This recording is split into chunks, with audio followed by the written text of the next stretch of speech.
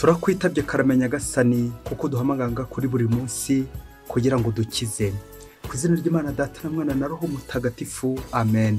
Amahoro bana b'Imana, nimuhumure, Yezu Kristo aje kudukiza ku neza ye.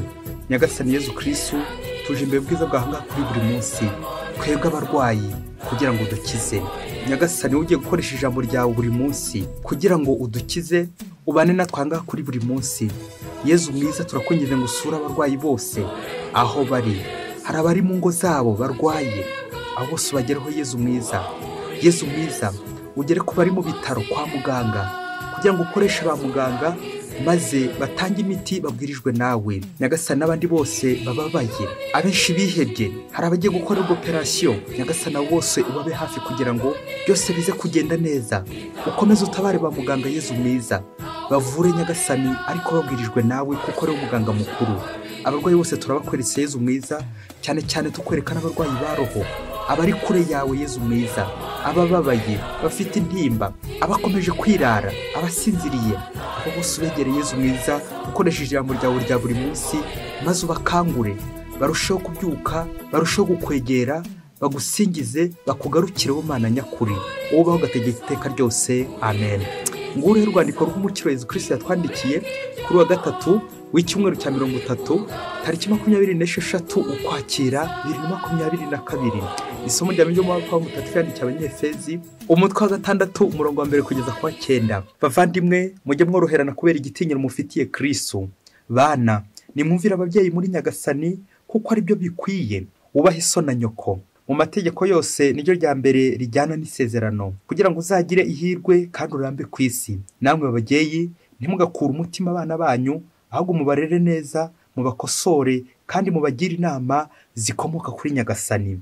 Bacakara namwe, nimwumvire bashoboje ba hano ku isi, mujye mububaha kandi mubatinye nta buryarya ku mutima, ngaho mwakumviye Kristo ubwe. Ntimugakore ijisho nk'abashaka gushimisha abantu, ahubwo mugenze nk'abagaragu ba Kristo baharanira gukora icyo Imana ishaka. Mushishikare kurangiza ibyo mutegetswe nk'aho mwaba mukorera Nyagasani, atari abantu mubigirira.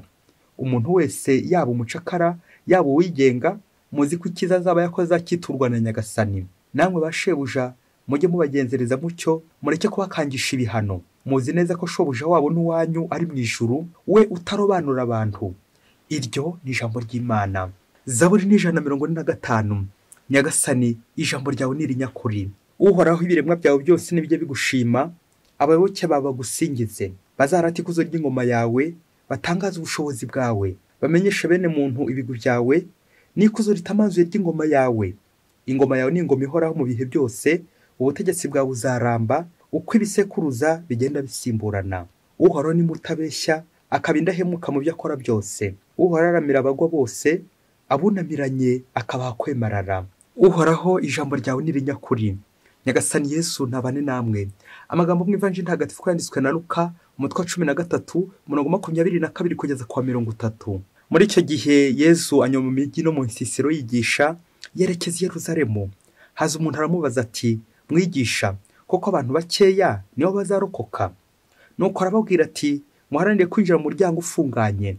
Ndabibabwiye, benshi bazagereza kwinjira ariko boye kubishobora. Koko rero nimuzaba mukiri hanze igihe nyir'urugo azahaguruka agakinga, naho muzakomanga kangahe muvuga muti, shobuja dukingurire, azabasubiza ati, sinzi iyo muturuka. Ubwo muzatangira kuvuga muti, twaririye kandi tunywera imbere yawe, ndetse wigishirize no mu materaniro yacu. We rero azabasubiza ati, sinzi iyo muturutse. Nimwumve imbere mwa nkozi z'ibibi mwe.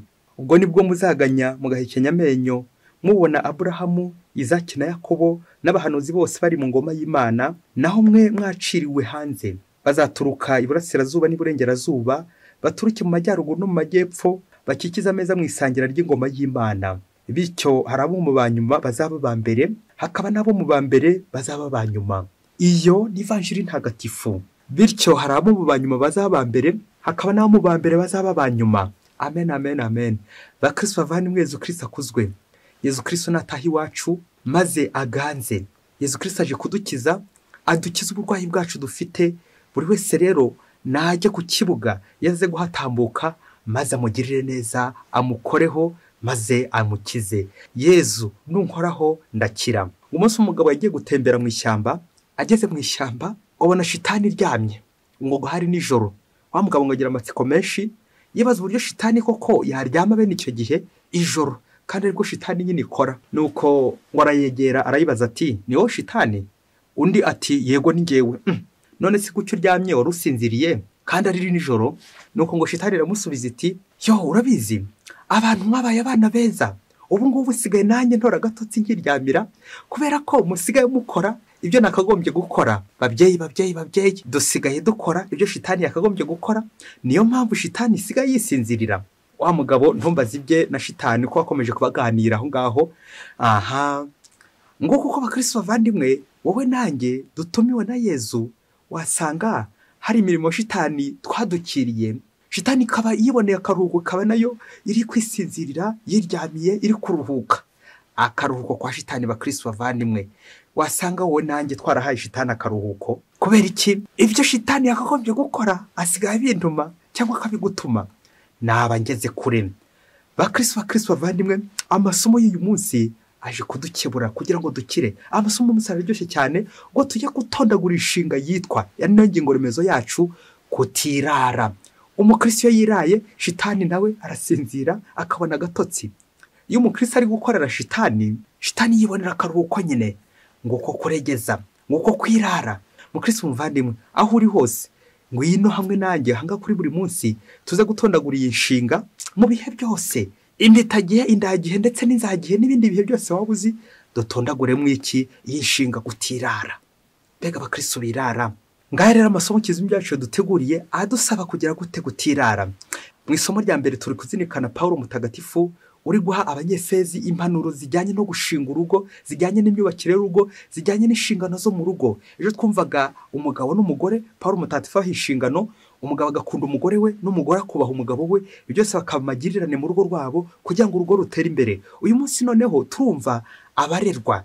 Ejo twazirikanye ku nshinga yo gukura, umwana agakura. Uyu munsi rero turumva abo ngabo nyine bakurira mu rugo, ababyeyi bagomba kurera, harimo umwana ndetse n'umucakara. Turumva ku ruhande rw'umwana uburyo umwana afite inshingano zo kubaha ababyeyi, akakira uburere ababyeyi bamuhereza, bityo koko agahora ari umwana mu rugo. Uyu mwana agatwibutsa ko turi muri kiliziya, turerwa, turi abana b'Imana, tugomba kumvira ubuyobozi bwa kiliziya ndetse n'abandi bose bakuru ba kiliziya baza badukebura kugira ngo turusheho kugororokera Imana mu buzima bwacu bwa buri munsi. Ngo rero umwana wakira, akakira impanuro, akakira uburere, agakura, agatera imbere kubera Imana. Twumvise urundi rugero Paulo mutagatifu aduhereza rw'umucakara, umugaragu, wa wundi koko ugomba kugira gute? Kudakorera ijisho. Aka kantu bakristo bavandimwe, umuntu wese ukorera ijisho nta muntu ateze mu bwami bw'Imana. Nguko tugomba kubaha abadukuriye ba shebuja n'abandi bose badutegeka, batuyobora, tukabubaha. Ngabo abayobozi b'igihugu, ngabo abayobozi ba kiliziya, ngaho wa mubosi udukoresha mu rugo, tukamwubaha kugira ngo koko dukorere Nyagasani, ntaba ari umuntu dukorera ahubwo ari Nyagasani. Paulo mutagatifu yagize ati, bacakara namwe ntimwikorere ijisho nk'abashaka gushimisha abantu, ahubwo mugenze nk'abagaragu ba Kristo baharanira gukora icyo Imana ishaka. Amen, amen, amen, amen. Ibintu byose yaba nabikoraga nk'umugaragu, umucakara, ngazirikana ko databuja atari uyu gusa unkoresha ampereza amafaranga hano ku isi, ahubwo databuja ni wo mu ijuru, niwe uri kundeba, gukorera Imana ibintu byose. Burya ikitwica ni uko kenshi dukorera abantu, tugashaka gukora kugira ngo abantu badushime. Ariko Paulo mutagatifu aratwinginga ati, nyaboneka ibyo ukoze byose bizaba ari iby'uguhesha Imana ikuzo n'icyubahiro. Ujye ukora nk'aho ukorera Nyagasani, ubwo nibwo uzagira umugisha, nibwo uzanahembwa byinshi. Ushobora no kubura amafaranga hano ku isi bose baduhemba, ariko Imana ubwayo ntabwo ishobora kuzabura kuduhemba. Cyajye nyine twakoze neza, tukayishimisha, tugakora ibikorwa byiza bishimisha Imana. Imirimo hano ku isi rero igatwerekeza ku mirimo tugomba gukora. Duteganya iki? Duteganya kandi dutegura ijuru, kuzicarana n'Imana mu ijuru. Akamugiye wise umwana we ati, rizatahwa bake. Iryo ni riki? Iryo ni ijuru. Ngewe yanshinga ko tutagomba kwirara, kuko ntawe wamenya, ntawe uzi umubare w'abazataha ijuru. Uzi icyo tuzi nubwo ari benshi, ariko wasanga utarimo, wasanga nanjye ntarimo, kandi byaba. Reka rero Nyagasani araduhamagarira kugira ngo aduhiture, kugira ngo twoye kwirara, kuko hari abantu benshi barambitse, abandi bigaramiye, babize ngarame, amaboko aracyari mu mufuka, ntushobora gukora. Bakristo bavandimwe, nguko gutirara, gukora tutari gukorera gusa ibya hano ku isi bishimisha abantu, ahubwo gukora turangamiye Imana, aho kanezera agakunda gukora tugashimisha Imana aho gushimisha abantu. Ibyo rero nibyo bizaduhesha ingororano y'ijuru. Yezu rero uyu munsi turamwumva ari imbere y'ikibazo. Nanjye kuvuga ikibazo cy'imbuto, babyeyi, hari ubwo umuntu ashobora kukubaza ikibazo ariko ari kugira ngo akwiyenzeho. Mu gifaransa niba ikibazo babaza ngo n'est-ce pas, aho ugomba nyine gusubiza nécessairement si. Hari ikibazo kiba mu buzima ushakisha uburyo nyine wagikwepa ukabibura. Turumva uyu muntu waje kubaza Yezu ni nkaho hari ukuntu we ari gushaka ko Yezu amusubiza, ntabwo Yezu akopye ikibazo, ahubwo hari ukuntu Yezu ashaka kumuganisha, ashaka kumwumvisha uko ingoma y'Imana iteye. Yezu turamwumva muri Ivanjiri abajijwe ikibazo, nanjye kuvuga ikibazo cy'ingutu, bati mwigisha koko ni abantu bake bazarokoka? Amen, amen, amen. Uri nka Yezu wasubiza ute iki kibazo? Bakristo bavandimwe, turabona ko Yezu uburyo yasubije iki kibazo ari ukugira ngo atwigishirizemo. Yezu yashobora gusubiza ko ari bakeya kandi bigahita bikunda. Yezu akiza gusubiza ko ari bakeya bazinjira agahita asubiza iki kibazo gutya, byari kurangira abantu bamwe biraye bakavuga bati mbo ubwo ari bakeya kandi wasanga nanjye ntari muri abo bakeya. Kaza kurangira umwe ashobora kwirara ati ngewe n'ubundi sinzongera gusubira mu kiliziya, sinzongera gusenga kubera ko ari abantu bake numvise bazinjiramo. Iki kibazo nanone ku buryo bwa kabiri Yezu yashobora gusubiza ati ntabwo ari bakeya, ni benshi cyane bazinjira mu bwami bw'ijuru, ni benshi cyane bazarokoka. Ahangaha naho hari kuvuga ikindi kibazo, abantu bakirara bati ubwo ari Yezu wabivuze bizasohora nta kibazo, twese tuzarokoka, twaremewe twese kuzajya mu ijuru, nta n'umwe tuzajya mu ijuru, reka nkomeze ngume mu isayo yanjye, niko sha mucoma nzanira irindi cupa, nzanira indi brochette nkomeze n'inywere, nta mpamvu yo kujya mu misa. Ibintu Yezu yarabikemuye, Yezu yaravivuye, nta mpamvu rwose yo guhangayika, ijuru tuzarijyamo.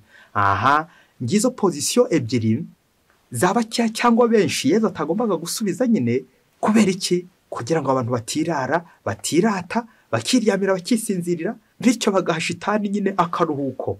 Nk'uko shitani abona akaruhuko igihe twiraye, igihe twasinziriye, igihe iby'Imana twabirambitse tukirara ngo bize ngarame, ngo nta kabuza Yezu azangeza mu ijuru, nta kabuza ubwo ari abantu bake bazarokoka. Ibyo ntago bindeba ngewe, hazarokoka abo ngabo ngewe ntago bindeba, kwigira abantu bindeba imbere y'Imana. Nguko rero Yezu Kristo ashaka kutuganisha mu ijuru, aturangira aho twanyura koko, niba nanjye koko mfite icyifuzo cyo kuzataha ijuru. Ubwo Yezu yasubije ati muharanire kwinjira mu muryango ufunganye. Amen, amen, amen, amen. Yezu Kristo urakoze guturangira neza igisubizo cyo kurokoka kwacu. Umuryango ufunganye uvuga iki? Bishatse kutubwira kwirinda ikigare, nkaba nakwirinde igihogere nyine, ngirinda abantu banyobya, ngirinda ibigare byose bishobora kunyangisha Imana, ngirinda ubukozi bw'ibibi bwose, ngirinda gukorera ijisho n'ibindi byose ko amasomo agenda biturondorera, kugira ngo nanjye nzabe muri bake bazarataha ijuru. Naba umwe nzajyeyo, niba babiri nzajyeyo, niba bijana nanjye nzabe ndi muri abo ijana, niba b'igihumbi nzabe muri abo igihumbi, igihumbi nyine abantu nyamwinshi, ariko nanjye nzabe ndimo, nawe uzaba urimo umukristo. Cyo ni cyo cyifuzo cyacu twese, ko twazataha iki ijuru. None se twaba turi gukorera iki? Ahangaha turi kuri buri munsi turi kumva ijambo ry'Imana, ridutegurira iki ijuru? Twaba turi gukorera iki niba koko atari ijuru turi gukorera? Aha, nk'uko Yezu Kristo azatubaza, twarigishije mu ngoro ye, ngewe padiri, igihe nahereye nigisha, igihe nahereye ntagatifuza imbaga y'Imana, igihe nahereye nyobora imbaga y'Imana, ariko se nanjye ni muri abo bazataha ijuru? Cyangwa gusa ameze nk'icyo cyapa kiba gishinze ariko kikayobora abandi, ariko cyo kigasigara nyine gishinze, cyo kitinyeganyeza, cyo kitataha iryo juru? Kudataha ijuru kandi ari padiri, kandi byaba igisubizo cya Yezu kiracyari cya kindi, efforcez-vous d'entrer dans une porte étroite. Gerageza rwose kwinjira mu muryango ufunganye, atari igihogere, aho ngaho nyine ngomba guhurira n'Imana, aho hafunganye, aho benshi batohoka, aho isi yacu igeze, aho benshi bari kohoka ku kibi, ikibi tukagikingurira, ngewe sinkabe muri abo. Abenshi turi gukingura za ruswa, ngewe sinkabe muri abo. Abenshi turi gukingurira ubusinzi, ubusambanyi, ubusambo, wowe nanjye ntitukabe muri abo, kandi turi kumva ijambo ry'Imana. Ngicyo rero ikigare, ngicyo rero igihogere, ahubwo mparanire kwinjira aho ngaho nyine bari kuvuga Imana, aho ngaho hatuje, aho ngaho mu cyumba, aho ngaho hatoya, aho ngaho hari Imana, umuryango ufunganye. Reka mfungure rero, maze mfungurire n'abandi buri munsi uwo muryango ufunganye. Amen. Ese ngewe ni kangahe nirara maze iby'Imana nkarambika, bikaza kurangira ndambiwe, iby'Imana ngahita mbirambika ngigendera, nyamara iby'Imana biryo urambiwe yatashye. Ngo umunsi umwe hirya kure cyane muri Afurika, ngiye kuhabarira inkuru iyo nkuru yitege amatwi wasanga ari wowe cyangwa njyewe. Ngo umuseminari ngo yiteguraga kwiha Imana, yiteguraga kuba umupadiri, yari umufaratiri. Nuko rero ari mu seminari nkuru arimo yitegura nyine ubupadiri, aza kugera igihe ngo arwara uburwayi. Amaze kurwara uburwayi kandi bukomeye bwatumaga koko batamuha ubupadiri. Aho namwe uburwayi mu butekereze, uburwayi bushobora gutuma umuseminari adahabwa ubupadiri. Kandi reba iyo myaka yose yagotse, iyo myaka yose yahangayitse, ayo masomo amaze kwiga, ayo mashuri yose amaze kwiga, ariko igihe kikagera ngo yarasigaje nk'imyaka 3 mbere yuko ngo ahabwa ubupadiri. Iyo ndwara yifite, ariko abayobozi nyine banze barashoza kuvuga ati indwara umva yakugora kuba umupadiri ufite iyi ndwara. Iyo ndwara nawe uze kugenda buhoro buhoro ko tugenda tuganira ari igihe waza kuyimenya.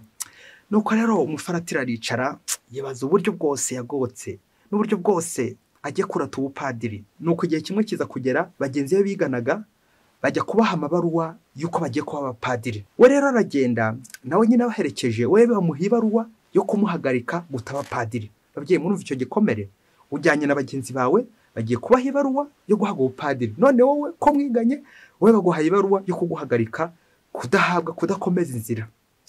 Nuko wa mufaratiri amaze kwakira, nirinze kuvuga icyo gisebo ndetse n'ako gahinda kose kubera ubwo burwayi yararwaye. Nuko ngo hari mu kwezi kwa Rozari yakira nyine iyo nkuru y'akababaro.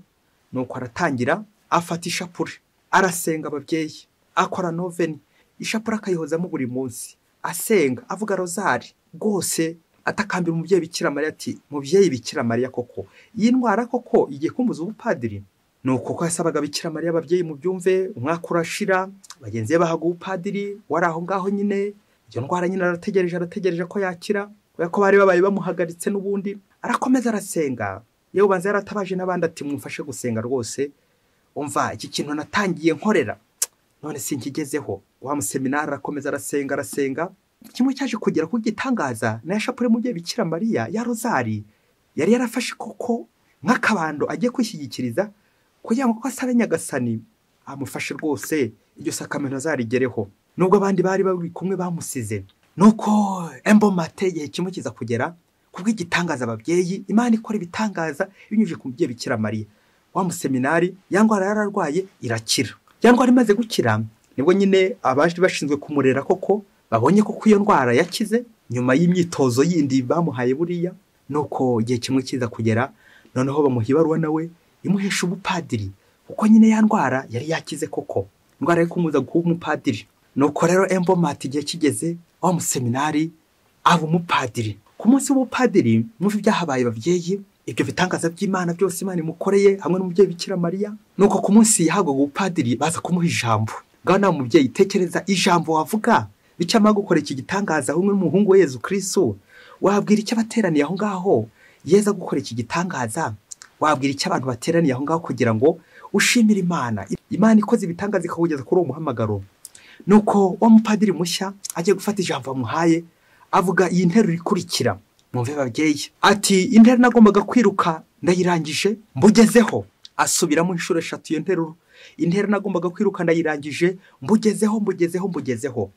Babyeyi abantu bari aho nyine bakoma amashyi birumvikana ko abugezeho.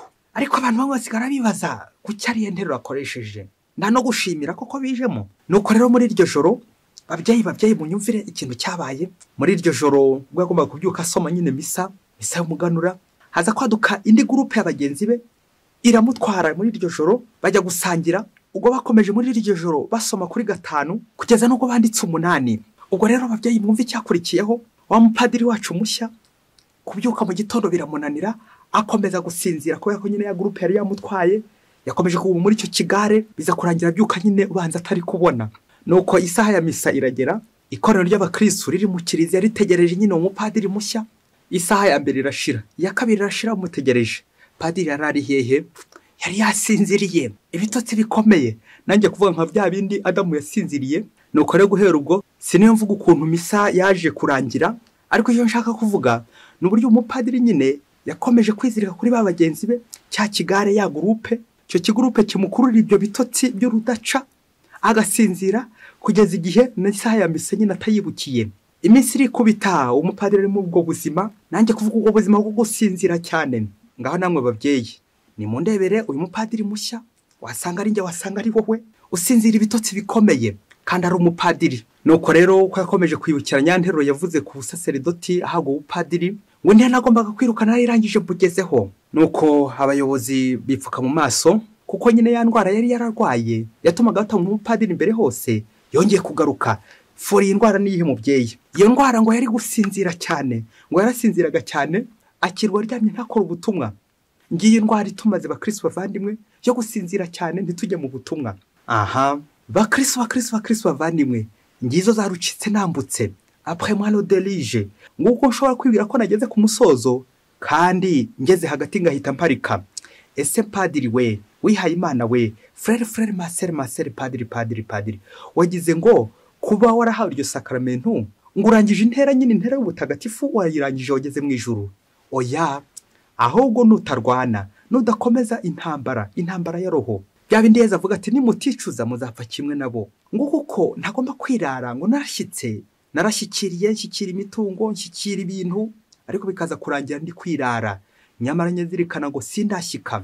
Mutagatifu Tereza wa Avila niwe wavuze ati mwisinzira isi ishya. Ese koko ndi padiri bikaza kurangira kuko nsinziriye? Buri gihe cyose nkaba ndi gusinzira, indwara yo gusinzira abakristo bavandimwe. Nirinze kuvuga gusinda, iyo ndwara itatuma mpabwa ubupadiri, iyo ndwara itatuma ntera imbere mu bukristo. Iyi ndwara yo gusinzira abantu benshi turayirwaye, nyamara icyo tubura ni ukwivuza. Ese wasanga nanjye naraparitse? Ibaza nawe igihe natabaje umubyeyi Bikira Mariya ati ntabara ngiye ku rugamba, umubyeyi Bikira Mariya akantabara, ariko nagera imbere ngakomeza ibinsindisha bikaboneka, ibinsinziriza bikongera bikaboneka, bwa burwayi bwanjye nkongera nkagira uruhare mu kubukurura. Aho ngaho nabandi ndashima Imana yangiriye ubuntu, impa ubupadiri, Imana yangiriye ubuntu, impa umuhamagaro, Imana yangiriye ubuntu, impa gushinga urugo. None koko ngeze mu rugo nibingiye gukorera Imana kandi ari Nyagasani wanyubakiye. None guki nshaka kwisenyera kandi Nyagasani yarangiriye neza. Yamvuga igira iti ushize impumu yibagirwa icyamwirukansaga. Nguko abakristo bavandimwe nshobora gushaka ubupadiri, ngashaka kuwihaye Imana, ariko narangiza kubigeraho ngibagirwa rwa burwayi nari ndwaye, rwa burwayi Bikira Mariya yangijije. Nuko ngashakisha utundi tuntu ahubwo tugenda tubuzana, rwa burwayi bukongera bukagaruka. Gusinzira cyane, gusinzira ngibagirwa Imana, gusinzira mu by'Imana. Ushize impumu yibagirwa icyamwirukansaga. Kandi ngo babyeyi, umuntu ashobora gusiga ibintu byose bimwirukansa, ariko ikikurimo ngo ntushobora kugisiga. Nguko rero ko utasiga Imana ikurimo ikubwira iti mwana wanjye baduka, kanguka, tugende mu butumwa, korera Imana buri munsi wisinzira padiri, wisinzira muyoboke w'Imana, wisinzira kuko Nyagasani arashaka ko nyine ujya ku rugamba kugira ngo duhangane n'umwanzi Sekibi, bityo dukora ubutumwa bw'Imana dushishikaye, dushora imizi muri Kristo. Ubundi padiri ngo Paulo Mutagatifu abitubwira yagombye kuba umucakara. Uburyo umucakara ntabwo yakagombye no gusinzira tuvuga ntabwo ari ibitotsi gusa by'amaso kunguko, ahubwo gusinzira no kurambika iby'Imana. Ntakongera kuvugisha pure, ntakongera kuvuga rozari, kandi ari rozari yambesheje ubupadiri, kandi ari rozari yankijije, kandi ari rozari yangejeje aho ngeze, rozari yambesheje akazi, rozari yandindiye ubuzima, rozari yarankijije. None maze gukira sinongeye no kwibuka umubyeyi Bikira Mariya, ishapure sinongeye no kuyibuka. None narangiza ngo intera nagomba kwiruka ndayirangije. Ayinya, wirangiye se bwahe? Ugeze he? Ugeze ku butagatifu? Wageze mu ijuru se? Hari ubwo twibeshya tukagarukira mu nzira ati nashyitse narashyikiriye we, nyamara turi kwibeshya kuko tutarashyika. Umuhanga ni wavuze ati witonde muvandimwe kuko utarageraho umwanzi atatera ibuye. Ngaho bakristo bavandimwe ntiturageraho shitani atatera ibuye. Nguko shitani nyine atureka tugakora imirimo ya shitani mu kigo cye, tugakorera shitani kandi ari umupadiri. Aha nibyo Yesu yavuze ati abo gihera bazaturuka iburasirazuba n'iburengerazuba, baturuka mu majyaruguru no mu majyepfo, bazakikiza ameza mu isangira ry'ingoma y'Imana. Amen. Nguko bakristo bavandimwe hari abantu benshi nanjye bazantanga mu bwami bw'ijuru, kandi narigishije, narayoboye, naratagatifuje imbaga y'Imana. Ariko wasanga hari ibigare nanjye byantwaye, bikaba biri kumbuza Imana, bigatuma gusinzira mu bigare.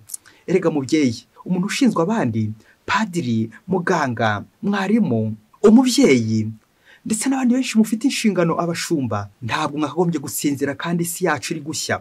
Amasaha 24 kuri 24 gusinzira mu ngeso, gusinda gasinzira, bikaza kurangira koko ndi kubura Imana, kuviramo mu muhamagaro. Kubera iki? narasinziriye, ngo narashyitse. Nguko abenshi dutangira za formation zacu tugatangira turambagizanya, ariko twamara gushyikira mu ngo ngakwereka lobadojo moshofe, ngakwereka ukuntu rwose ndi umuntu mubi. Kubera iki? Naro ndi umuntu mwiza. None maze gushyikira ngiye gukwereka uwundi we, bikaza kurangira nyine uko narindi ntama mbise mpinduka ikirura. Kubera iki? Kwa kwihisha, kwa gukorera ijisho, natambutse muri formation, ngenda ntambuka ndi kureremba, ariko hari uburwayi ndwaye. Bicyama yangira ubuntu akangiza, aho kugira ngo mfatireho ngira discipline nziza ihamye, ngandukira ingeso nziza, ahubwo icyanjye ngoka ku bigare. Ibigare by'abambuza Imana, ibigare binzitira kubona Imana, ibigare bituma nirara, ibigare bituma nirana nkirata. Ibyo byose Yesu arashaka kubincaho kugira ngo mugororokere nyure mu nzira igize gute, ninjire mu muryango ufunganye. Aho niho nzabonera Yesu Kristo. Ibigare bakristo bavandimwe, wasanga nanjye kandi n'umupadiri hari ibigare nohotseho, kurara amajoro mu ikabare, ibigare by'inzoga n'ibindi byose bijyana nabyo, nkaba negamiye icupa kandi ndi padiri, kandi byaba bikaza kurangira ubutumwa bw'Imana ari kubukora neza, kandi kwikubitiro bicyamarangira impuhwe. Nguko twirara Imana ikatugirira impuhwe, ariko twego bwacu tukongezamo umunyu, indwara zacu tukongera tukazikururisha iki? Tukazikurusha inzoga, tukazikururisha indaya, tukazikururisha ibindi byose by'ubwenge. Kandi mu byo bikema yaratugiriye ubuntu akadukiza kugira ngo tugire gute, adutume dukora ubutumwa bwe, ariko twagerageje tukamutenguha, tugashitana urwaho, shitana kiryamira kisinzirira, shitana akajya sinzira. Kubera iki? Ngo nitwe turi kumukorera ubutumwa. Kandi mu Kristo wasanga ko turi gukora shitana ubutumwa koko. Imana ikababara, Bikira Mariya akababara, Yesu Kristo akababara, kuko nyine twabaye abashitani dukorera shitani. Guharanira kwinjira mu muryango ufunganye nibyo bizaduhesha iki? Ingororano kwa Yesu Kristo. Buri munsi ntakurambika, buri munsi ntakurambirwa, ntakurambikisha kuri mu gihe Bikira Mariya, ntakurambika gushengerera, ntakurambika misa, nta gusinzira, nisinzira isi ishya. Mwese Imana ibaho umugisha, Imana Data na Mwana na Roho Mutagatifu. Amen. Padiri Masumuko Ladislas wa Diyosesi ya Cyangugu.